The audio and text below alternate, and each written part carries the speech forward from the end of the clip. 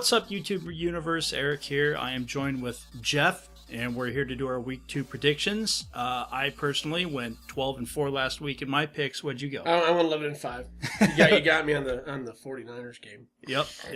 I picked the Niners to win. They're just too tough.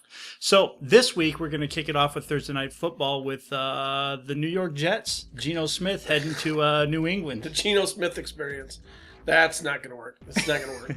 Whatever they did last week, whatever miracle that was, Tampa Bay was terrible. New England stunk up the joint, too. They barely beat Buffalo. I don't think they're going to have any problems handling Geno Smith this week. You know what's funny? I think you are dooming whatever team's defense you pick up in fantasy to play against the Jets. Yeah, no.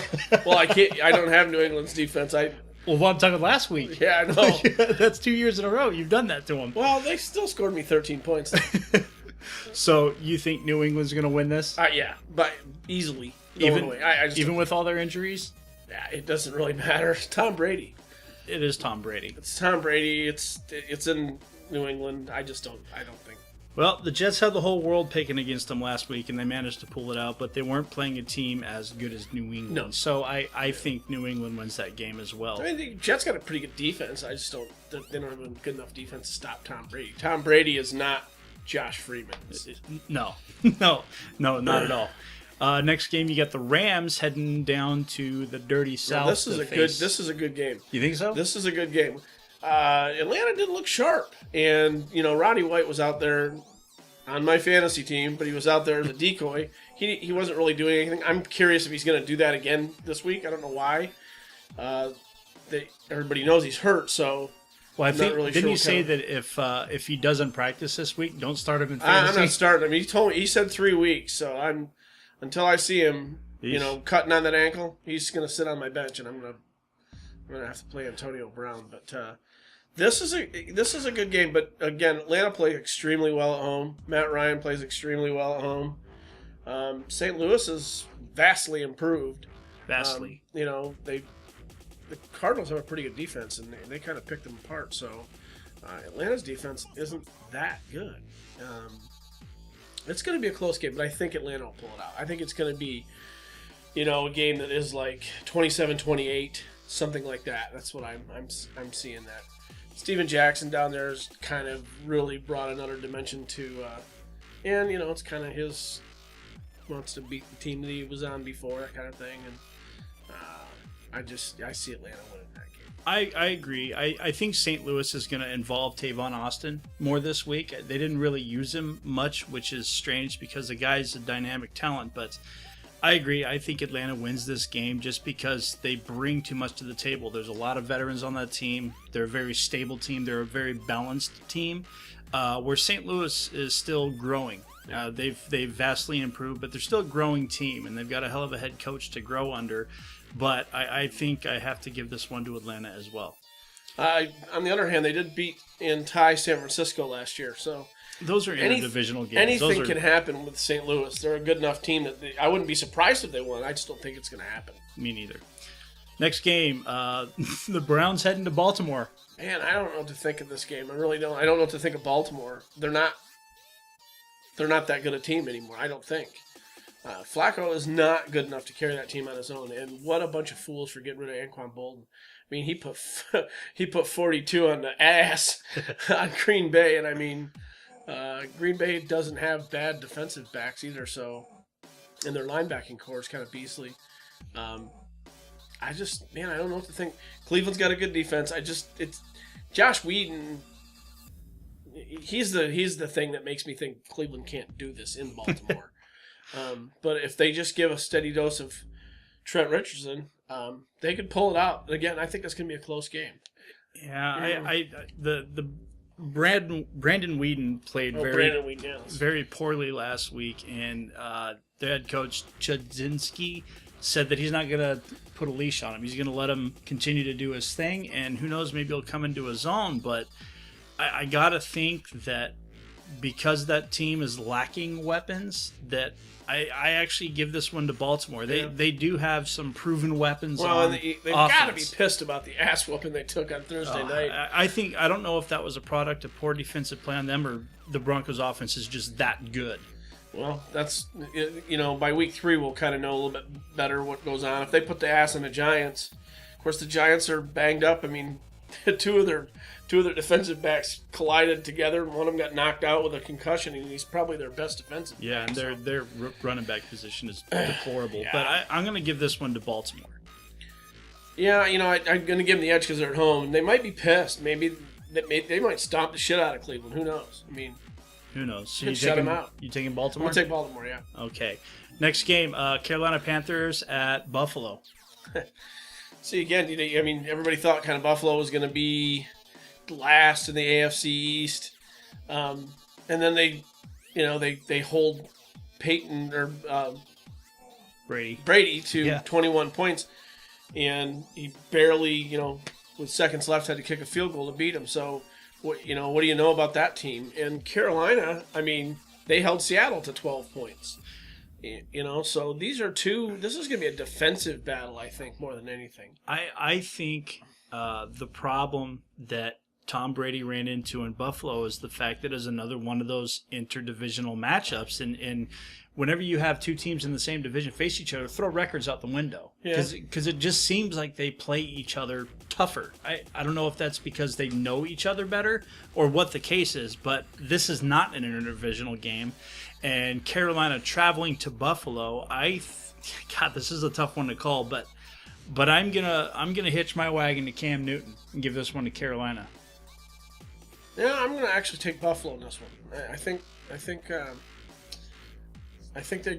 they probably got a little bit of verve from almost beating New England, and I just at home, and I believe in Carolina's defense. I don't believe in their offense yet, and so we'll see. But I think I'm gonna take Buffalo on that one, just on a flyer. Okay.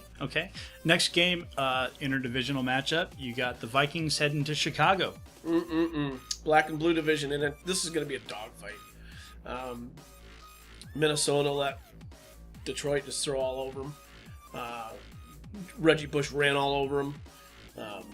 Matt Forte is kind of a similar dude. He catches a lot of stuff out of the backfield. He's a lot of screen passes.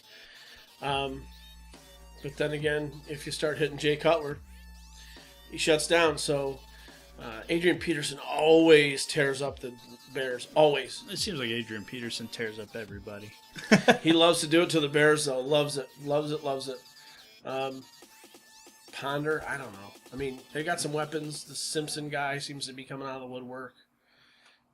Greg Jennings. Yeah, where was he last week? Exactly where I thought he was going to be. Yeah. I think Aaron Rodgers made Greg Jennings, and Greg Jennings may draw Peanut Tillman, and if he does, that's the Jerome Simpson and Adrian Peterson show. And maybe they get Cordell Patterson involved. That's a dynamic rookie, much like Tavon Austin. They didn't use him last week, which is surprising to me, but they didn't. I think the key for Minnesota here is if they can get to Jay Cutler. And Buffalo, God, I'm horrible with these things. Chicago hasn't been able to protect him, and I don't know that much better this week. They protected him. They did well protecting him against Bengals last week. They won that game, and I was shocked. The Bengals actually have the best pass rush defense in the league, so I don't know how they, maybe they are. Maybe Cincinnati was just off their game. Maybe Mark Trestman, just the new head coach coming in there, a new scheme. Maybe that made a difference. It's done it before in the past, and I'm going to take Chicago in this game. Too many weapons, too many veterans, and they're at home. Yeah, I don't trust Minnesota. I trust Adrian Peterson, and he can certainly carry the team, but you usually don't run on Chicago. Nope. And not at Soldier Field. So I'm gonna go with you there and take Chicago on that one. Next game, Washington travels to Green Bay. And Green Bay's got to be stinging. It's 2 years in a row they've gotten fucked by shitty officials. Last year it was the fucking Seahawks, the replacement refs and the Seahawks and the simultaneous possession and whatever. And that game had consequence. It gave Seattle a win they shouldn't have, and it gave Green Bay a loss in the division that it shouldn't have against a playoff team. And I think it changed, kind of how Green Bay was. Their fortunes in the playoffs were hanging on that one game. So And now it's happened again, right? But at least it happened in week 1. It happened. It happened in week 1 last year too, and again, it's against a playoff team where records are going to become important when you're looking at home field advantage with the 49ers, and they certainly don't want to have to go and play the 49ers in Candlestick. So I think they're pissed, and as good as I think Washington is or could be, if RG3's got the rust shaken off him, I just think that Green Bay is going to have to prevail. But they've got to protect Aaron Rodgers. Their offensive line is it's a mess. Yeah, I think Green Bay's defense showed a lot of improvement last week over what they were last season. I think a lot of their success last year fell on Aaron Rodgers' shoulders in the passing game because the running game was non-existent. Their defense really wasn't all that good. But this year, their defense seems to improve. Clay Matthews was running all over the field. That guy's insane. Yeah, they were playing very, very well, and they were playing very well against an excellent football team in the San Francisco 49ers. So I think Washington is going to get outplayed offensively and defensively by Green Bay. Yeah, I would have to go with that. Okay, next game, Tennessee heads to Houston. Now, see, I don't understand either one of these teams. I mean, Houston came out and laid a golden egg for 3/4 of a football game against what everybody said was going to be not a very good San Diego team. And San Diego, they made San Diego look like the Patriots. And then all of a sudden, they shut them down. Their defense came alive. J.J. Watt did his thing, and they came back and won the game. And Tennessee absolutely destroyed Pittsburgh. I mean, how do you hold Pittsburgh to 165 yards? The Steelers? Are you kidding me? It can't be the absence of Mike Wallace. That's not the difference. But losing Marquise Pouncey, huge. Huge. Peyton Manning lost his center, but that hasn't seemed to affect that team. Palomalo being a fruitcake and jumping the snap call. And he timed it perfectly. Yeah, he did. It's one play. Obviously, they didn't do much offensively. You almost got to say that it was a fluke that they only scored 9 points or whatever. I mean, getting 2 points on the opening kickoff and not scoring again until almost the game's over. Well, the funny thing is about the Steelers, last year they were healthy offensively and they were banged up all over the defense. This year they're healthy defensively, but they're missing some pieces on offense. The standout rookie Le'Veon Bell being hurt, losing Marquise Pouncey, that's huge. Yeah, they couldn't get the running game going. I mean, they didn't do anything in the running game. Well, they had turnovers. Rod Stevens-Howling is hurt. Felix Jones didn't know the playbook, didn't know the offense yet. So they bring back this Dwyer guy. Is he grateful they brought him back? Is he pissed that they cut him and now brought him back? I mean, where's his head at? I don't know. You got to think Big Ben can pull his head out of his ass, but I don't know. If Tennessee's defense is as real as it seems, we're going to find out. With the Bonnygate guy down there, Williams, running the defensive show, if he's really turning them around like that, the place where Houston is vulnerable is a place that Tennessee is not really adept at, and that's the passing game. I don't trust Jake Locker. And this is Houston, and they've got a lot of attitude, and I just don't think Tennessee's going to be in this ballgame. I don't think they are either. I think Houston is going to limit their mistakes, and they're at home. It's their home opener. Everybody's healthy. I think they're going to win say this like one 28-10. Yeah, just something absurd. Next game is kind of interesting. You got the Dolphins headed to face Andrew Luck in Indianapolis. Now, the Dolphins surprised me last week. Yeah. On how I knew that they were improved on defense, but boy, were they improved on defense. You had interceptions all over the place, fumbles. They sacked Brandon Whedon 6 times. Yeah, and just made him look terrible. They've got some new weapons. Wallace only caught 1 pass, and then he was kind of a baby afterwards. Talk to the coach. Well, now they're going to force feed him the ball. Yeah, and that could spell doom if you keep trying to throw, into somebody. Indianapolis's defense is kind of leaky. I mean, they almost let the Raiders beat them, and the Raiders have nobody. They got Terrell Pryor. It surprised me that they were in that game, but they don't have anybody. They got Darren McFadden and Terrell Pryor, and nobody really knew what he was going to be about. But Andrew Luck, the kid's magic. Yeah. He's magic. He's got a knack for winning. I see Indy winning this game. It could be close, but I'm going to pick Indy. I do too. I think it's going to be a relatively low scoring affair, but I think Andrew Luck is going to be the difference maker in this game. I think the kid's proven himself to be defense proof for the most part. I think he's going to have a monster year. So I'm going to take Indy in this one as well. The next one, which is near and dear to both of our hearts. That's so you right. got the Dallas Cowboys heading down to Arrowhead to take on my beloved Chiefs. Heading down to Arrowhead. This is going to be a good game. I noticed. I think Dallas, the defense, was a little snake bitten by the Giants. Always find a way to get back in these games. 6 turnovers, 3 interceptions, 2 fumbles, 2 scores on the defense. And the Giants were still within the still score. in it. Yep. But it's because of those big plays, and I think. But if you notice, Dallas's defense, they were running all over the place, and these guys were sprinting to the ball. They were savage. And I don't know that Kansas City has that big play in them, time and time again, like Eli Manning did. So I'm going to pick Dallas here. I think it's going to be closer than I would like it to be. But I think Dallas can put up 30, 35 points on Kansas City, and I just don't know if they're going to be able to catch it. See, I disagree with that because I think Kansas City, they've always had the pieces there defensively. They've just never been able to pull it together. And I think, granted, they played a poor ball club in Jacksonville, and if it weren't for a mistake, it would have been a shutout. But at the same time, they are a professional football team, and I think Kansas City has finally gotten it together defensively. Andy Reid's no stranger to the Dallas Cowboys. No, he's not.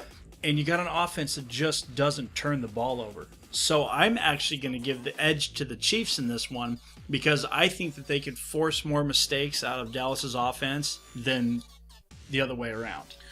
I mean, Romo threw an interception, but it wasn't even his fault. I mean, the rookie ran the wrong route. Mm-hmm.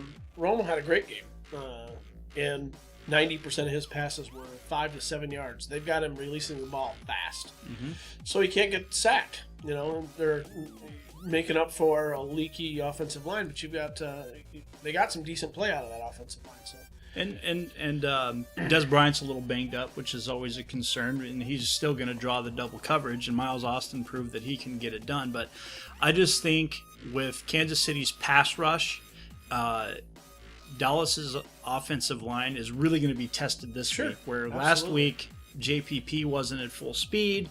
You got Tamba Ali, which is probably going to draw most of their double teams. But Justin Houston, this kid, let me tell you something. He's a talent. Well, they might get to Roma. I don't think that Kansas City's got the horsepower to keep up with them. They're going to score. They're going to score points. They got too many weapons not to. You're taking Dallas, of course, and of course I'm taking my Chiefs. That should be a good game, though. That's going to be fun. I wish we were going to watch that. We'll see the highlights on the Red Zone. But. Absolutely. Next game, you got the surprising San Diego Chargers heading over to Philly to take on Michael Vick and those 100-play-a-game Eagles. And Chip Kelly said that they actually played too slow. They were slow. They wanted to play faster. And I didn't actually get to see any of the game while they were running this fast-paced thing. By the time I got home, it was the third quarter, and they'd slowed down. But it seems like it works. And Michael Vick's a pretty dynamic guy. Shady McCoy, Deshaun Jackson, and those guys were flying everywhere. I just don't think San Diego's going to be able to keep up to them. I don't either. But what concerns me with that offense moving on later into the season is the health concerns with Mike Vick and Shady McCoy, because they're touching the ball a lot. Yeah. I mean, Shady McCoy is going to touch the ball 30 times a game at least. Well, conditioning has got to be key, but Chip Kelly's used to that. I mean, he said, look, you're going to get tired.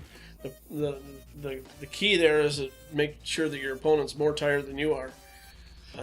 So we'll see, but I think Philadelphia's they're going to show San Diego a lot. I just think they have too much offense for San Diego to handle as well. So I'm going to take Philly also. Next game is Detroit heading down to the Southwest in Arizona, take on the Cardinals. Good defense, and now a pretty decent offense in Arizona. Carson Palmer's got revitalized Larry Fitzgerald. He's got this Andre Brown kid, Andre Roberts, whatever. Mm-hmm. And then there was Michael Floyd, that rookie. Michael Floyd, yeah. And, catching stuff. And they've got Hausler, is that his name? Their tight end. I'm not really Mendenhall. I mean, yeah, okay, he's a running back. But Detroit, They have a little bit better defense this year than they did last year.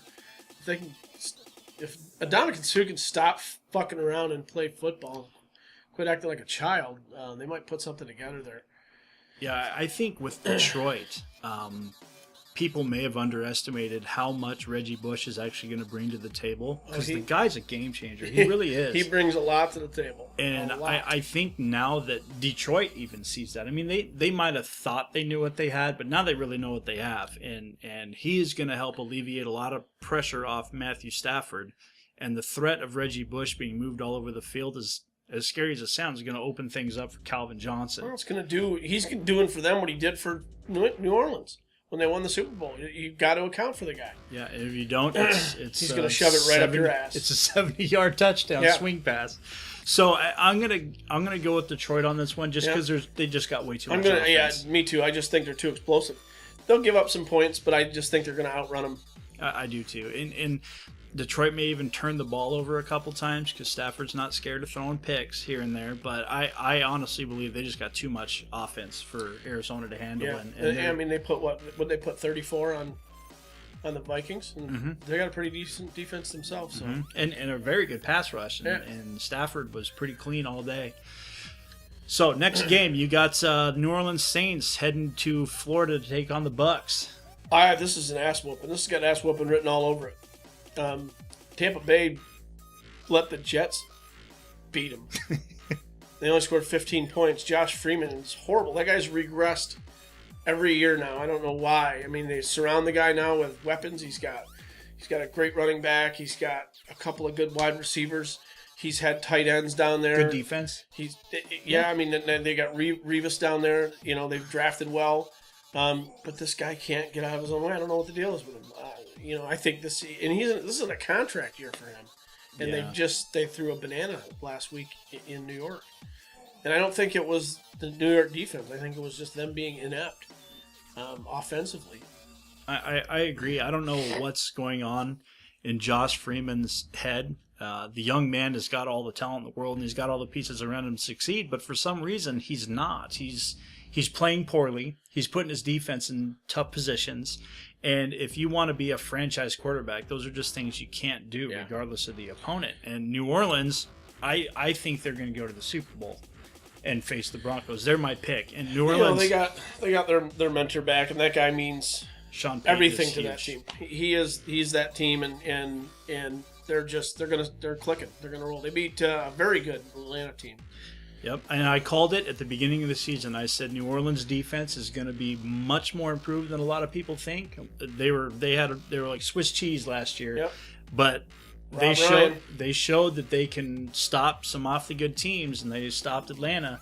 And I think that this game is going to be probably the biggest blowout of the entire week. I think New Orleans is going to put it way out of reach by halftime. Next game, you got the Brothers Bowl. Peyton Manning and the Denver Broncos heading over to New York and facing Eli Manning and the Giants. Yeah, and I just, Dallas put 36 on the Giants. And, two of those scores were off of turnovers, but they only scored, 300 points or something like that off the other turnovers. So that means they were just putting points on them, in Denver, they looked unstoppable. Peyton Manning's got so many weapons. Scary. It's scary. He's got a tight end that just came out of nowhere. This basketball player, Antonio Julius Thomas. Julius Thomas. So, you got Bebe down there, and you got Wes Welker catching every freaking thing. The Ravens wouldn't have scored what they did if they hadn't. Wes Welker botches a punt. Gave him some of those points, and a couple other things that would have blown him out of the water. Well, actually, this might be the blowout of the week. The Giants are banged up. The secondary's banged up. Their running game is just in shambles. Eli had a 400-yard game. But you're gonna in a losing effort like that. He's probably gonna do it again. But I don't think it's gonna be enough to win. I think the Broncos just are way too good of a football team. So I'm taking the Broncos. Yeah, I'm taking the Broncos. And it pains me to say that, but Next game, pillow fight of the week. Jacksonville Jaguars head down to the black hole and face the Raiders. Well, these guys are going to be 1-2 at the bottom of the fucking standings chart at the end of the season. It's just who's going to be worse. Terrell Pryor, surprisingly, but then now you got Chad Henne. He's actually a step up. I don't even know why Blaine Gabbert had the starting job. He's clearly not even as good as Chad Henne. MJD, McFadden. You got two kind of premier rushers going on there. So, but it is the black hole, and I just don't think Jacksonville can score. I just don't. Took them all game long to break 150 yards. Strange as it sounds, I think Jacksonville's defense is a little bit better than people expect it to be. They always seem to show up. Well, they didn't show up last week. Well, a lot of that came from turnovers. I mean, the Chiefs were flying all over the place. It was 6 sacks and 3 picks and pick sixes and all kinds of stuff. So a lot of that came because of Jacksonville's offensive mistakes. But I think their defense is actually a lot better than what people think. They've got a decent secondary. They've got a decent pass rush. They got Jason Babin there. The guy's a pretty premier pass rusher. But I think the dynamic that Terrell Pryor brings to the Oakland Raiders offense with the run-pass threat, and he's not afraid to run. In fact, to me, when I was watching film on him, it looked like he was almost run first. But, they do have some pieces there. You got Denarius Moore, who on any other team would probably be a legit number one receiver, and Darren McFadden. So I want to give this game to Oakland, but I truly have no idea who's going to win. I think Oakland is going to win this game handily, and because it's the black hole, it's hard. That's a hard place to play. Okay, so we're both taking Oakland. Next game is going to be a bruiser. The Niners headed over to the beautiful Northwest to face Russell Wilson and the Seahawks. Toughest place in football to play. Oh man, yeah, the stadium itself is intimidating, but I don't think San Francisco gives a shit. This team's got too much swagger. Well, yeah. Kaepernick came out and said if intimidation is your game plan, it's not going to work. And he proved that. Yeah. You better come up with something else. And this is the Eyebrow Bowl. Yeah. And he was drop back passer last week. He didn't read option nothing. 400 yards passing. And, Seattle's run game last week against but they always Carolina? play like shit on the East Coast. Yeah, but they always do. It's not hard to run. Time zone doesn't change your running. I mean, Marshawn Lynch only got 45 yards, for crying out loud. What did he get? He didn't get that many carries either, which is surprising. But the two quarterbacks in this game have a bet. Whoever loses has to shave an eyebrow. I think Russell Wilson's going to be minus an eyebrow. Yeah, I do too. Kaepernick's, he likes to be pretty. As sassy as Seattle is, and as hard as a place to play as that is, I think San Francisco's got something to prove. And I'm looking at that team, and all they've done is gotten better. Mm-hmm. All they've done is improve. They've improved on defense. They've improved on offense. And Seattle is kind of the same team. I mean, they might have Averill, but he's hurt. He's banged up. Yeah, but he might play, which would add a little something to their defense. They got a great secondary. There's no doubt about that. But it's going to be a bruiser and a really fun game to watch. But I give the edge to the Niners because they're just a complete football team, very balanced. Frank Gore, the inconvenient truth, still proves that being 30 years old doesn't stop him from running the ball. The addition of Anquan Bolden proved to be a very dynamic change on that offense. And Kaepernick, he can throw the ball. He proved that. Absolutely. And he can run it. He's got that threat. So we'll see. We'll see if maybe Seattle bounces back to their form. If they play like they did last week, they're not going to be in this game long. No. But I'm going to take the 49ers. I am too. And the last game of week 2 is going to be the Pittsburgh Steelers heading to Cincinnati to take on the Bengals. Yep, and unfortunate for Pittsburgh that Cincinnati lost last week. They've got, I think, the best defense, one of the best defenses in the league. Their front four, in fact, their whole front seven, if you want to call it that. They're dynamic. They've got that Geno Atkins chasing Big Ben around, and you don't have Marquise Pouncey there, to stop him. And I just think he's going to be on his back line. He's going to be running around a lot, and he might throw some picks. They've got a decent secondary, and I just don't know. Are they going to have an answer for AJ Green? Well, last week, even when Pouncey was in the game and healthy, they couldn't keep Big Ben upright. I just think that the lack of their running attack, their rushing attack, because let's face it, the Steelers have always been a smash mouth running football team, and they don't have that. They don't have it. That's like taking the legs off a sprinter. You know, you got to have that running game, and I think until Le'Veon Bell gets healthy, the Steelers are going to struggle. How lucky they were that nobody else grabbed Dwyer, because if they couldn't have grabbed a guy who already knew the playbook, who are they going to trot out there? Get McGahee on the phone. He wouldn't know the playbook though. I mean, could he get ready in a week?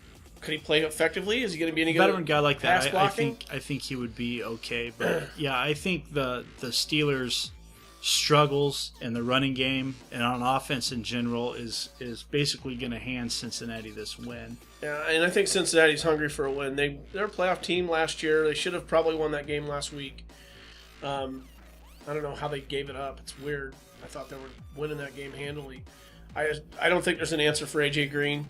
Polamalu's not the answer for AJ Green. Well, if there is an answer for AJ Green, I have no idea what it is. The answer is, try to limit how many touchdowns he scores on you. Or try to counter how many touchdowns, because he's going to score. Yeah. He's going to. There's no stopping him. I mean, they had Peanut Tillman on him, and he made him look foolish. You got this Mohamed Sanu who can catch a ball. They lost that little Hawkins guy who was... Jermaine Gresham decided to show up. Jermaine Gresham, Tyler Eifert caught 3-4 balls. Law Firm was running the ball. Law Firm was running well. Giovanni Bernard, I think they're going to give a bigger dose of him. Mm-hmm. I think Cincinnati's got too much. Too much. And Pittsburgh's damaged ego. I just think jump on them while they're dead. Put them down. Yeah. The Steelers offensively are lacking that big play threat that they had in Mike Wallace, the guy that could peel the lid off the defense. They just don't have that. I mean, Antonio Brown, Emmanuel Sanders they're serviceable receivers, but they don't have that guy, that Brandon Marshall, that Des Bryant, that Megatron or AJ Green. They don't have that guy anymore, and I think that's hurting them, because that guy is what opens up your running game, and they're really hurting there right now. Terrible. And I'm not a real fan of their offensive coordinator. Todd Haley. He hadn't gotten it done, so he might even have a job at the end of the season. So it's possible. But anyways, that's our picks for week 2. Thanks for joining us. If you could drop a like rating down below, I'd really appreciate it. And we'll see you guys next week. Have fun in week 2 of the NFL. Absolutely. And check me out on Twitter. You'll see the link to my Twitter account down below in the description. And we'll be tweeting about football all day long. So we'll talk to you guys next week. Peace. Peace out.